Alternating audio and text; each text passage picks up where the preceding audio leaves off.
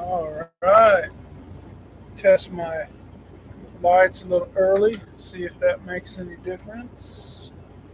Not sure if that does. Test this one. See if that helps out. Test this one. See if that helps out. Test that one. See if that helps out. Let's do a footwell. No, doesn't help out. All right. Let's do this one. See if that helps out. Turn this one off. See if that helps out.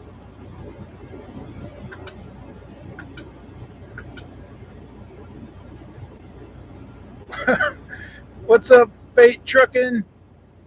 Poop? Ice cream poop? I'm just sitting here testing my lighting to see what's going to work really well or not. Yeah, I don't think anything's really helping, the way I look. But, yep. Let me know if you can hear me okay. Truck's running with the full blast warm air. I'm in Pennsylvania sitting here. I decided to do a 34-hour reset, doing some other stuff, end of the year stuff. Since you're here, kind of give you an idea of what I've been going through. Here's permit book, doing my IFTA annual inspections. Truck and trailer. I don't know if you can see. That's it's the new annual for the truck and trailer, and getting everything printed off. Time consuming stuff. That's not all. This is what a real trucker looks like, right?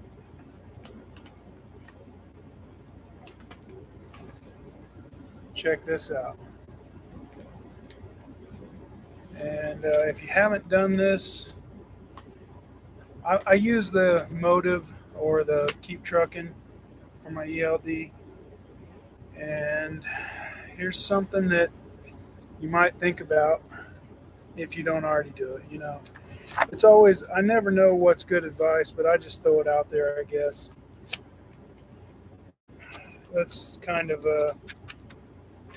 get rid of the CPA, just reconciling, making sure I got that all paid up and stuff. But yeah, that's off to the side. That's another thing I did. Here are my ELD trip logs or whatever. Uh, let's see what it's called. Trips details, and I selected myself. I did it from the 1st of January. This report was made on December 13th, so it's not the full year yet. But if you can understand what I'm about to say, it'll be helpful for you to make a document for your CPA where you can get additional costs, savings, reductions on your income. So this is just my logs, and I don't know if you can see them very well, but I got a highlighter, and what I did is I printed each log of when I'm driving, and so for the per diem deduction, I think it's $67.50 a day when you're on the road. So this trips detail, what I did is I printed it out, and it starts from the day and works backwards. So every time that, I think the rule is that your first trip, when you start, your first day doesn't count and your last day doesn't count. So if you're at home on your logs, then that day doesn't count. But all the days in between count, except for the day that you return home. I think that's the rule. Verify and check, all this. But what I'm doing is I'm getting these documents prepared so that I have something to substantiate how many days I was away from home. And what makes it nice is I'll just use this here, January 3rd. It shows that I started my origin. Yeah, there's an origin and a destination. See, I use nice little colors to help me see. There's an origin and destination, and then the orange tells me when days change, and then the green tells me if I'm eligible or not eligible for the deduction. And then I'll show you on this other page. This is the one that starts January 3rd, I guess was the first day I drove. And I used the red there to show that's basically like home base, and then that's the destination home base. So you can see how on January 3rd I left from like home base and I returned to home base, so I don't get a deduction there. And then there's a gap from January 3rd to January 6th when I started again at the origin. So because I ended at home base and then started again at home base, there to there, um, none of that January 3rd to January 6th counts as a deduction. So that's why there's no green over here.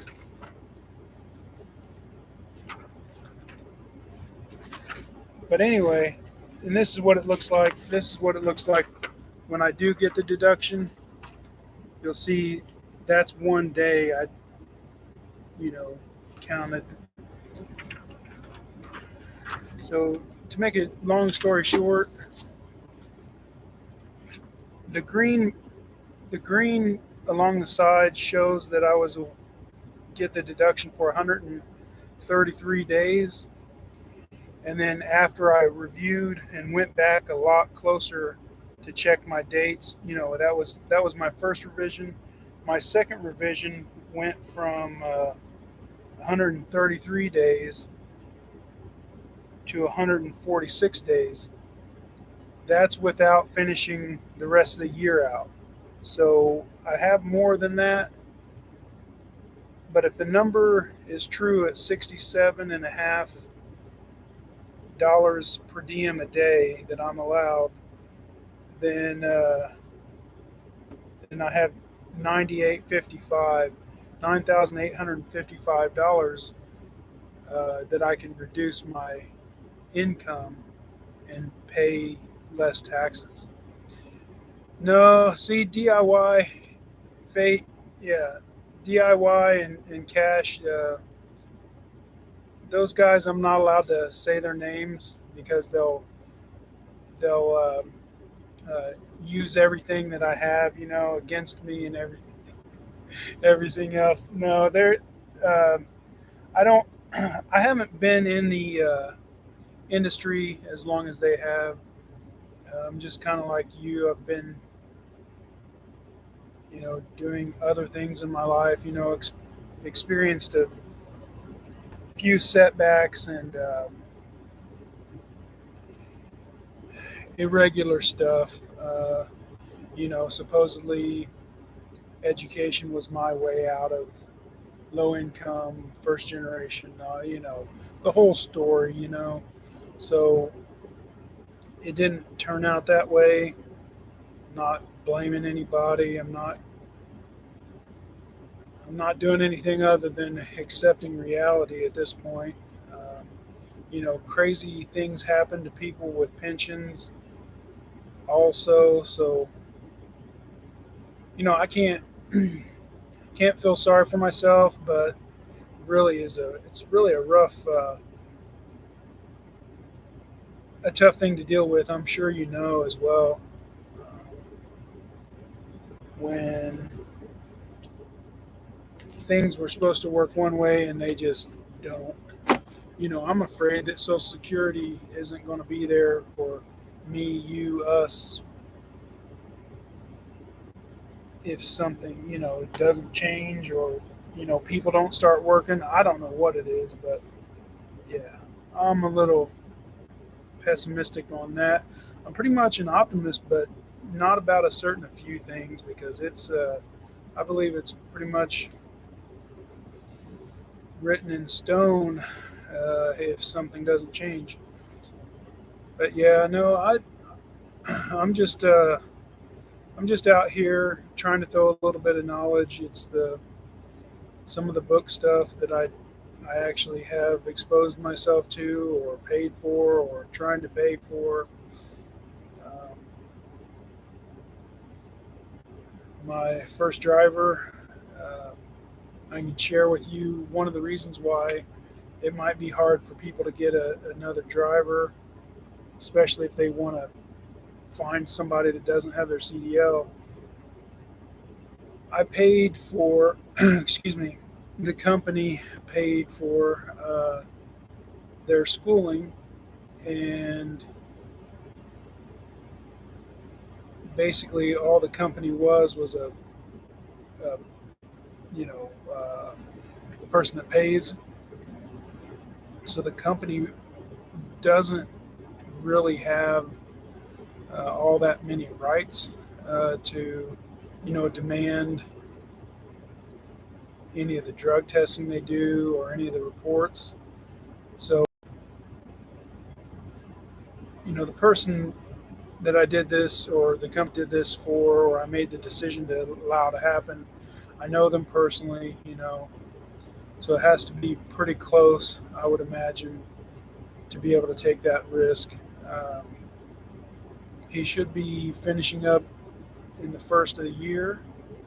Everything seems to be going okay, making sure that he doesn't have the automatic restriction, so that he'll have all the options available to him. I called the insurance company. This is something I've been trying to find out. And I haven't been able to find the information yet, but the insurance company, my agent, cannot quote me. Hey, Nomad. Yeah, got two of us in here. Um, so I can't really. The insurance company won't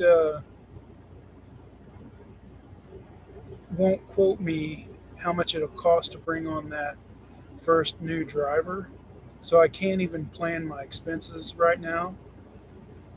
Um, when I'm just thinking it's going to be double. But the one question that I have, and I'll try to fill people in, at least in my circumstance, if you bring a person, okay, so the motor carrier has their insurance, they pay for their insurance, for their authority and their MCS 150 and all those requirements to maintain the regulation. But if I don't insure another vehicle and bring a driver into the truck, the same truck,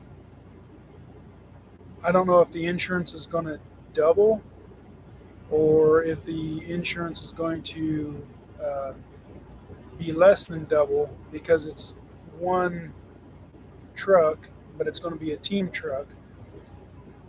So I tried to ask, oh, I tried to ask Nevada, or Nevada Trucking and Trails, on his team's situation. Hey, Shannon, good evening. I got a couple people coming in. That's great. Uh, so yeah, I tried to ask Nevada Trucking and Trails how his circumstance works, and how his insurance works. But if I understand that correctly, his circumstance is he's leased on to someone. I don't know who, none of that stuff. Um, so his insurance is going to work different. And he was saying something about he's bobtail, he adds bobtail or something. So, I'm not trying to get into his numbers, and he doesn't want his numbers out there, and that's fine. I was just trying to get an understanding of whether or not going from one truck and trailer with one driver to a team truck and trailer, if the insurance is going to double, because I'm trying to plan my cost. That's really what's going on there. Uh,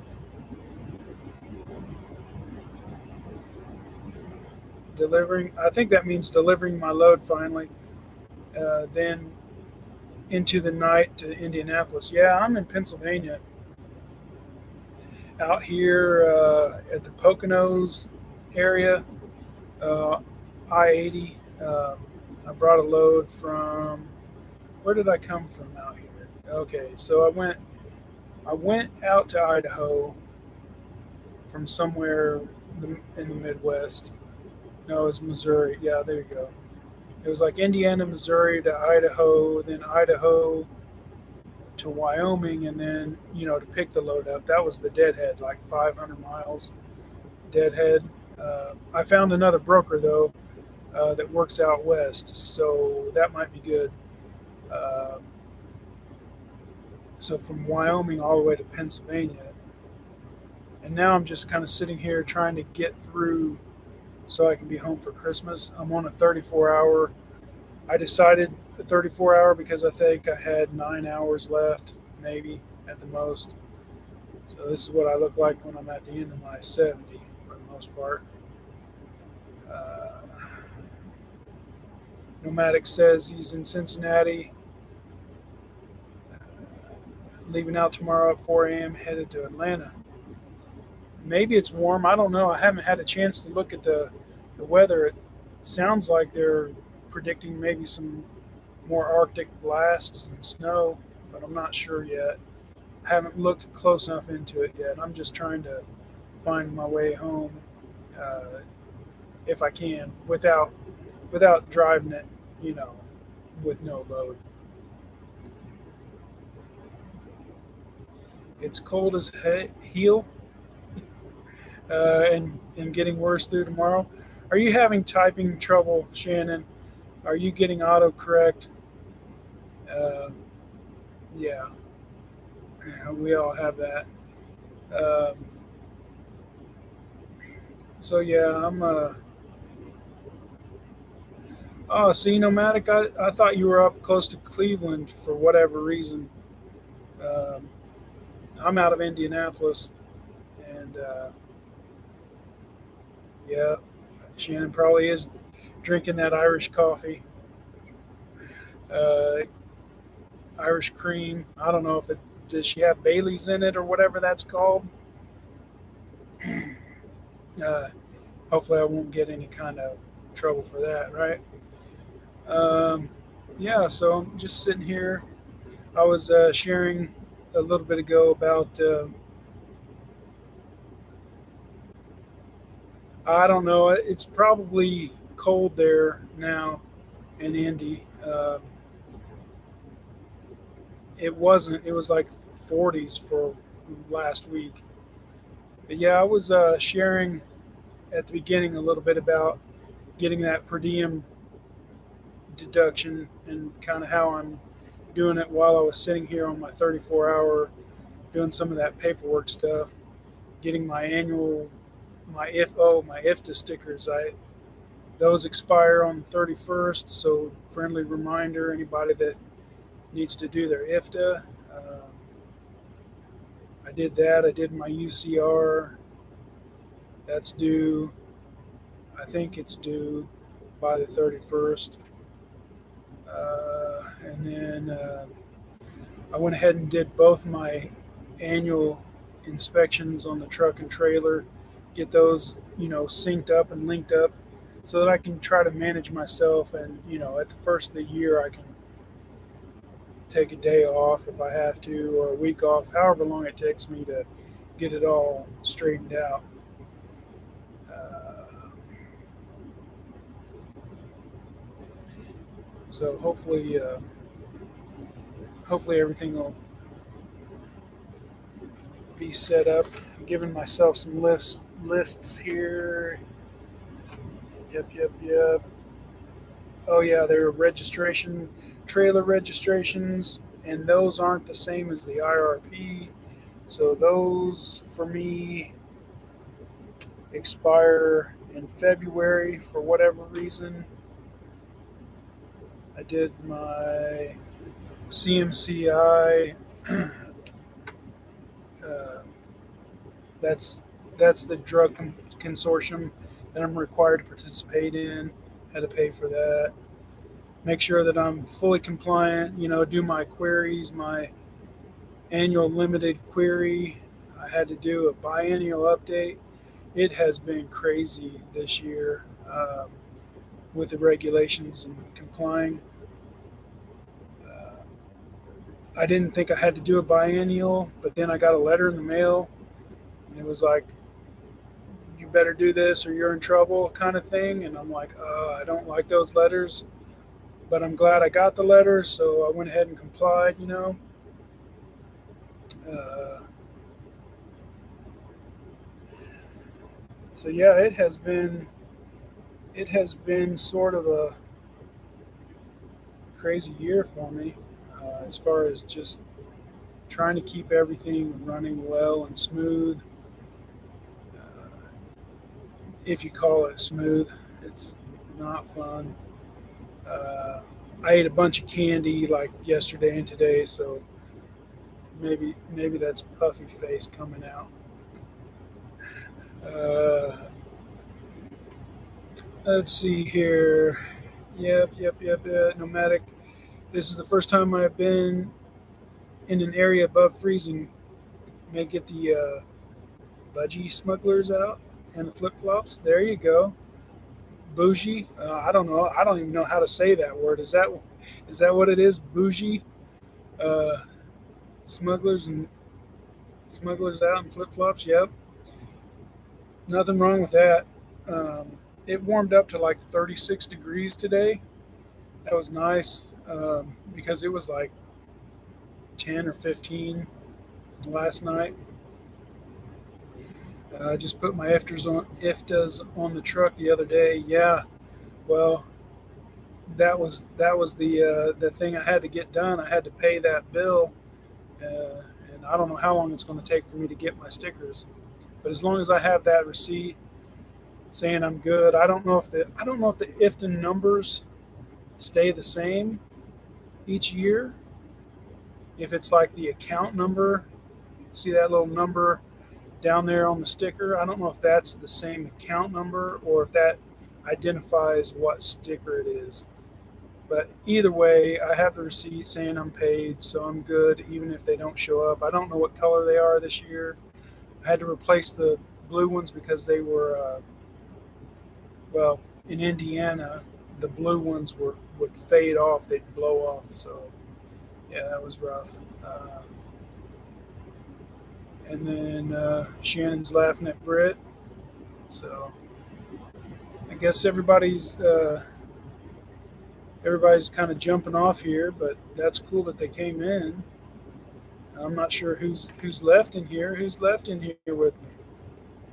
I'll try to sprinkle some more information on them.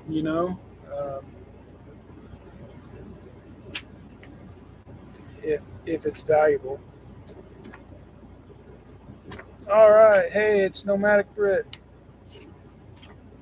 Yeah, everybody else just came in just long enough to get my hopes up, right?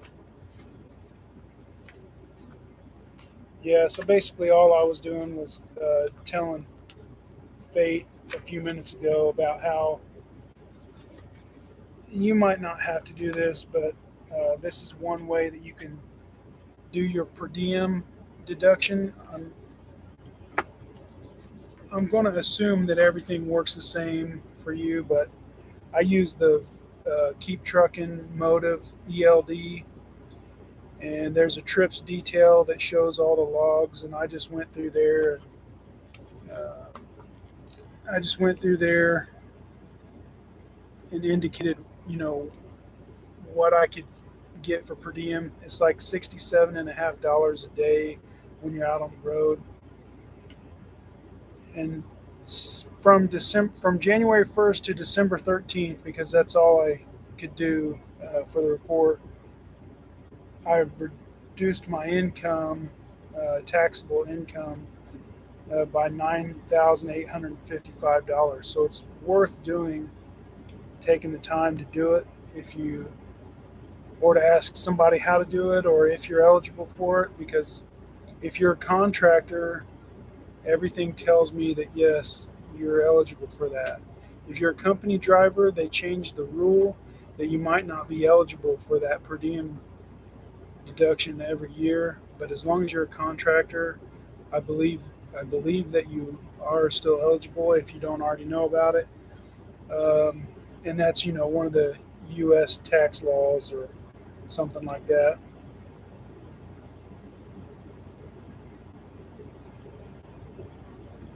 Okay, cool. So you have that under control and you already know about it. So yeah, it's just a great way to not pay additional taxes. I mean, that's the best way to make good sense or dollars.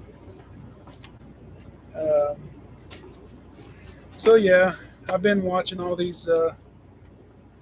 Something else I was going to do since I'm on my 34, I was thinking about updating, showing what I'm listening to a lot of times, like my sources, and kind of in the finance on the finance side listening. And so it's just trying to make sure I know what direction to go next, to have some sense of understanding of what is what seems to be the consensus of what's going to happen. You've got the doomsday people scenarios. I don't really, I really don't weight them highly a lot of times, because they might just be trying to scare people. Uh, oh, there we go. Yeah, heck yeah. Um, you're on the road more than me, that's for sure. Um, that I guess you would say that's the difference between the motor carrier and the contractor owner operator type thing that we talked about. Um, there's administrative work on the motor carrier side that the companies usually do for you, and that's why that setup is likely better uh, than the motor carrier scenario. It's more profitable, probably more in your pocket money. But my story is that I went to school, got no job or career out of it, basically, like I was told that I was supposed to expect. So because I have a concentration in global supply chain management, Six Sigma Yellow Belt certification, all this stuff, I'm supposed to be able to do all that stuff. So since I'm here driving the truck, that's why I decided I'm going to see if I can build that business, and whether the education does anything or not. Because since my undergraduate degree is economics, and since I'm a first generation low income student, all those bad or less than advantageous, basically started out poor or whatever. So my undergraduate bachelor's degree is in economics, and I looked into income inequality, and that's everywhere in the world, not just the U.S. And and so I feel like I'll just end up testing education and income inequality. So if you start out a billionaire, you can probably start a successful business because why? You have all the support you need, the capital and all that stuff. Generally speaking, I'm not taking away from rich people. I'm not trying to make them feel wealthy people because rich and wealth, I think, is different. So I'm not trying to disparage or talk down or make someone that started out in a better spot feel bad about their position. I'm just saying that if I generally started, pretty low, it's not the lowest, right? If I started pretty low and and then I obtained the education, and if I have that education, if I use that education to build a company and a fleet, either I'm going to succeed or fail, and that might test the thing that the statistic that if you start out poor you'll never make it, except for that one person that hits the lottery or something. So that's that might be interesting for me to find out whether or not I'm using my life as a test, I guess. Fortunately, fortunately enough for me, I believe, and this is hasn't worked out before, but I believe that if this if something occurs and I need to go back to a company driver, I believe that I should be able to find a company driver position. So that might reduce my risk of trying this out. Uh, but yeah, that's kind of where I'm coming from, uh, and that's kind of why I'm doing the whole authority motor carrier thing versus the what I believe is probably the better scenario. Helping another company while making yourself a good living as well. Yes, sir. I'm on my 34. I might start driving home empty at midnight, and I appreciate you coming in and taking a listen for sure. It looks like a couple other people jumped in as well. I don't know who they are yet, and I'm still new to this, so we'll see if I can even see who's in here. Oh, there we go. Oh, I only see one participant, and it's showing me there are four. So I'm not sure. Appreciate it, Nomad uh, or Nomadic Brit. Oh, there's Jerome Jones. Yeah, I see him now. Hey, what's up, man? Just just been talking, sharing some stuff. Um, Seen you around quite a bit. Yeah, Nomadic Brit just is talking about he's taking off uh, because he has a lot of work to do. He works hard. Yeah, Jerome, I've been seeing you around and uh, the chats and stuff, saying hey. I can't remember exactly if you are an owner operator, a motor carrier, company driver, all that stuff. But I was just kind of throwing out a couple things that I've been doing on my 34-hour here. Um, all right, cool. Uh, you're a motor carrier as well. Uh, I don't. I was just sharing that what I was doing on my 34-hour. If you haven't thought about this yet, and if you don't already have it, and if you don't have a program and all that, I went through. I use the Keep Trucking or the Motive ELD, and I was looking for my per diem uh, deduction, trying to make sure I have a record for it so I can give to the CPA and everything. It's like $67.50 each day that you're on the road that you can reduce your income by, pay less taxes on. So that's what I was doing. Not sure what ELD or anything you use, but I just did a I did my logs, my daily logs. As an example, it shows the origin, like where you start each day and end each day, and okay, Samsara ELD. Maybe they have a report that you can pull up that shows your logs uh, basically the same, and and if you, my understanding of the law is that if you, the first day you start and the last day, like when you start at home and end at home, that first day and that last day don't count, but everything in between does. So you can go through and you can highlight, you know, when you start at home and when you end at home, and then you can calculate how many days uh, per diem that you have uh, that you're eligible for.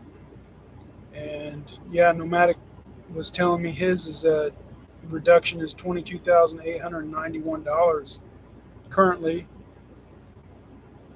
and that's about double of mine. So he's been on the road more than me, um, and he's a an owner operator or contractor with a motor carrier, and you and I are motor carriers, so all three of us are eligible for the per diem.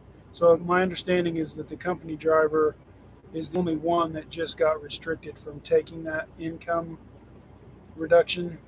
So we're good. All we have to do is document it and show that we deserve that deduction. And currently mine's at like $9,855. Why pay taxes on $10,000, right? I think everybody pretty much would want to reduce that. So yeah, man, if you don't already have something like that set up, it's worthwhile. I'm only one truck, one trailer, and I just paid for a driver. I know them, and this is the only reason, kind of the only reason why, um, because I kind of don't have any rights if I pay for their schooling as a motor carrier. Uh, so yeah, uh, uh, I'm going. I have another question that I haven't found out yet, and that's if I have one truck, one trailer, um, and I go from one driver in that truck and trailer to a team in the same truck and trailer, what's going to happen to my insurance? Is my insurance going to increase by double, generally speaking, if everything's all the same? Or if it's going to increase, just a little bit because they're a new driver? So I don't, no one has given me the answer to that question yet, because some people are contractors, owner operators that are teams, so their insurance doesn't work the same, and they don't want to share their number either. And the number is not what I'm looking for. The question is whether or not hearsay has told me that it's the driver that's insured and not the vehicles and things. But I don't understand, because that works commercially, works different or backwards uh, to the way the regular personal vehicles do, because you just basically get a vehicle and insure that vehicle. So it might be different on the commercial side. Uh, so yeah, I'll be going from around the first of the year in January sometime, going from a one driver to a team long enough to hopefully grow and expand into a little bit more equipment. So that's kind of what's going on with me. Uh, just sharing it out there, letting people know, and vlogging a little bit. Uh, so yeah, um, haven't haven't looked into your operation um, very closely or anything. I've just seen you around. So it's cool that we can continue to network. And I believe this is a good place for us to touch base, share a little bit of experiences, network, maybe find an opportunity here, there, wherever. Uh, I have a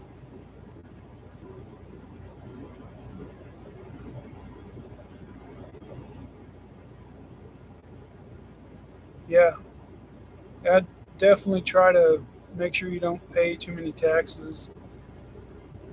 Hopefully, you can get a report, a daily log, or a report of some kind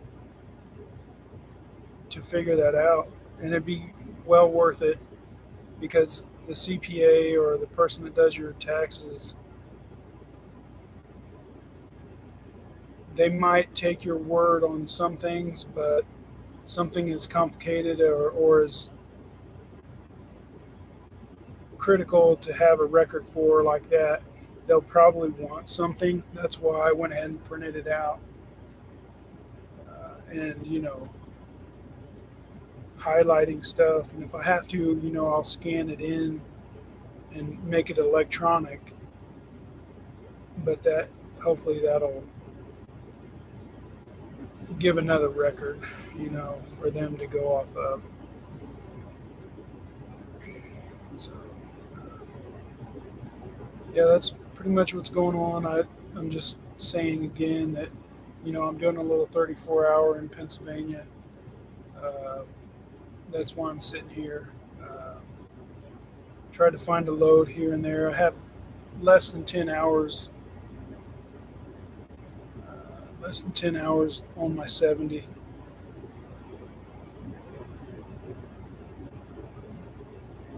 Oh, okay. Yeah, that's that's good. Um, there's really, I mean, I can't give the advice or anything. I just know that the more records you have, the better.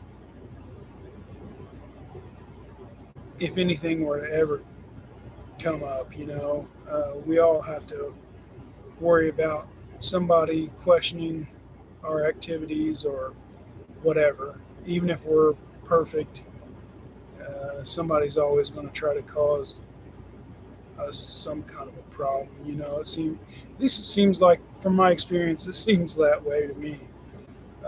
Especially in this cancel culture and everything else, and super extra, super woke days or whatever. I don't know what's going on, but uh, just one of those things. The more records, maybe the better. And uh, I wouldn't want to lose deductions if I forgot. So just going over that might get you an extra couple days too. I don't know. Um, so that's where I'm coming from with that. I'm not sure if you do videos or not, or if you're like me for a while, just listen to everybody. Um, how's it going, Will Burner? I see you jumped in here. We're on the Snore Lord there together. Sometimes my bandwidth. I think it's the Streamyard that it it uses somebody's bandwidth too much, and at like 5 people, it seems to start causing me a problem on my end. I don't know about everybody else. I'm not even on StreamYard. I don't even know how I got this. Uh, yeah, that's cool, Jerome. Uh, that's the best way to keep everything going, you know. I don't think there's anything wrong with all of us sharing information because uh, the the big mega carriers and all that they have all the advantages, even if they don't have some of the experiences, you know, the actual experiences that make their company better. You know, if you have 10 people versus one person, that generally means those 10 people are going to be able to figure out ways to be better than one person. So, you know, nothing wrong with us being being and sharing that information. I I know we're a business and all of that, but I believe the carriers generally are getting attacked or squeezed way more than they should be based on their level of investment. So it's okay if you want to say you need a sales department or marketing department and the broker acts as that um, in this scenario, but uh,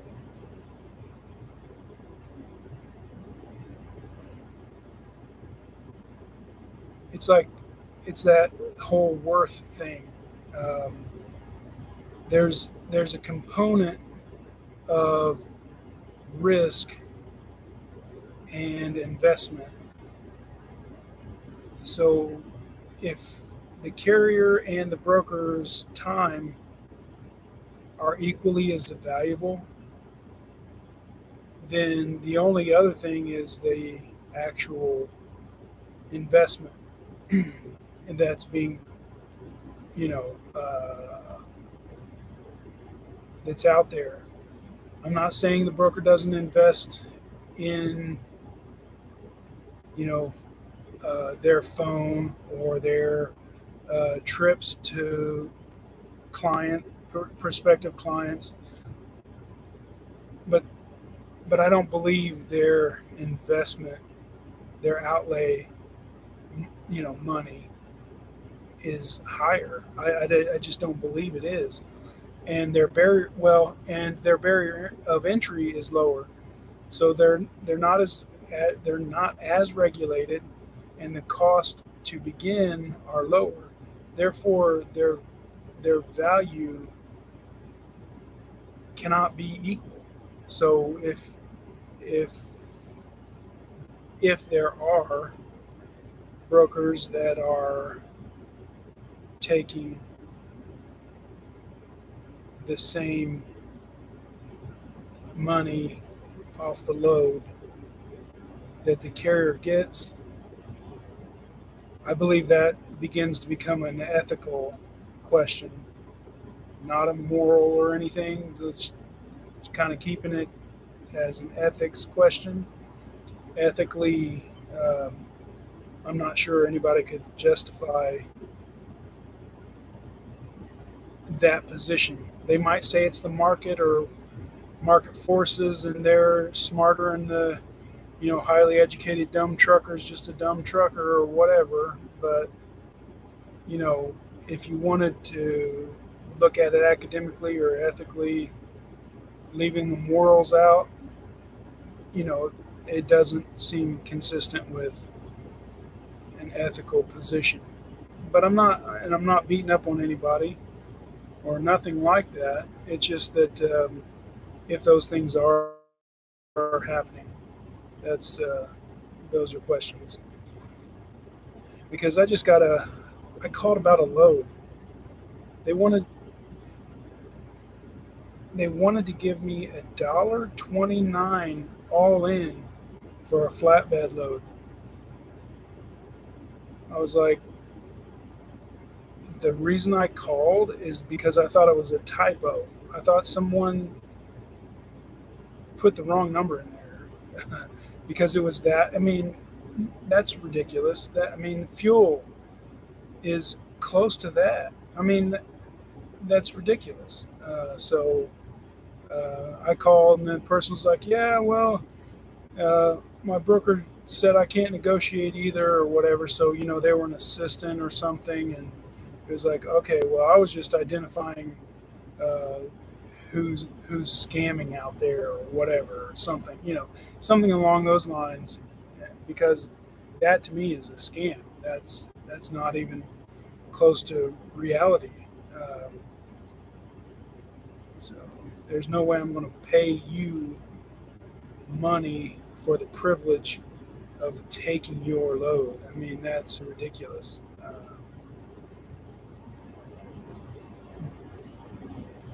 Break even is way different than paying someone just to take a load. So yeah, there are some high volume load techniques and things like that where maybe something like that might be something that strategically might be correct. You know, one load out of a thousand or something. But though, yeah, those are some ridiculous scenarios that I think maybe shows that some of the people, like in every industry, are either new or ignorant or really are trying to do something they shouldn't be doing at this point. But yeah, that's all I'm saying is just out here vlogging a little bit. Had a little bit of time. I just wanted to get a few things off my mind and uh, talk to the camera, I guess. That's about it. And so I'm glad everybody came in. Um, Hit the like and subscribe button if you will. That likely will be helpful. And I appreciate everyone coming in, and we will go ahead and get out of here. Have a good night.